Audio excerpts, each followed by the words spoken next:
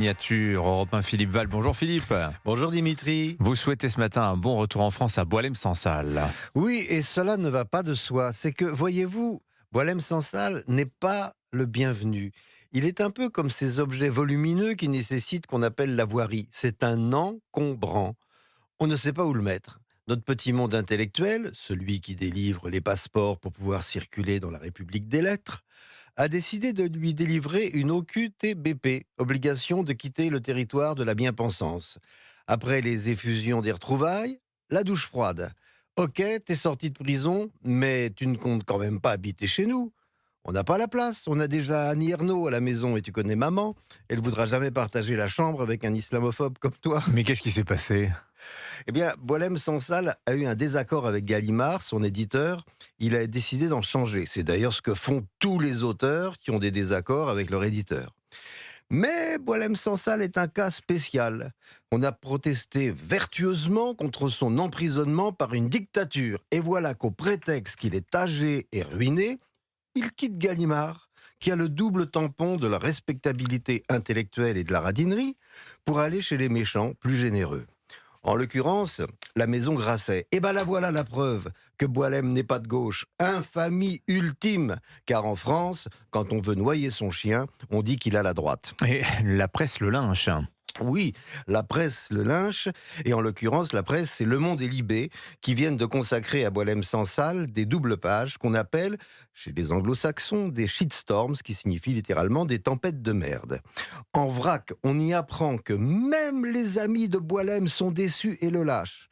Alors, qui sont ces amis ? Je ne sais pas, parce que ça m'étonne. Je connais la plupart des amis de Boualem, et à ma connaissance, aucun ne l'a lâché. Mais enfin, passons. Pourquoi ce prétendu désamour ? Parce que, selon un proche, qui s'exprime sous couvert d'anonymat, c'est l'informateur principal de ces journaux, il a eu le culot d'utiliser la photocopieuse de Gallimard pour imprimer des pages du manuscrit qu'il a confié à Grasset. C'est vilain, non ? Et comme l'ingrat capitaine Dreyfus, la décevante Ingrid Betancourt et le sournois Salman Rushdie, il a refusé de baiser nos babouches, de penser comme on veut et de remercier les autorités algériennes qui ont été super sympas avec lui pendant sa détention, se contentant de le mettre gentiment en prison. Et enfin, parce que, je cite, « poussé par la rancœur et le besoin forcené d'avoir une place au soleil, il souffre d'une faille financière et narcissique dans laquelle Bolloré s'est engouffré ». On apprend aussi dans Libé que Boualem s'est montré, et là c'est le pompon, Boualem s'est montré jusque-boutiste contre les islamistes. Là on tombe de la chaise. Après la guerre civile et l'assassinat d'au moins 150 000 de ses concitoyens par les islamistes, puis les attentats à Toulouse, Charlie, l'Hypercacher, Nice, le Bataclan, les égorgements de professeurs, Sansal a le culot d'être jusque-boutiste contre les islamistes. Un peu comme ce facho de Jean Moulin qui a été jusque-boutiste contre les nazis. Comment vous interprétez, Philippe, ce lynchage ? Avec optimisme. C'est le signe de l'agonie d'un pouvoir culturel qui, après s'être trompé sur à peu près tout, se trompe une dernière fois en salissant un écrivain qui vient d'être emprisonné par une dictature pour crime de liberté de pensée. Pour eux, Boualem est un mauvais arabe. Un bon arabe vote LFI, est antisémite et déteste la France. Or, Boualem ne vote pas LFI, il n'est pas antisémite et il adore la France.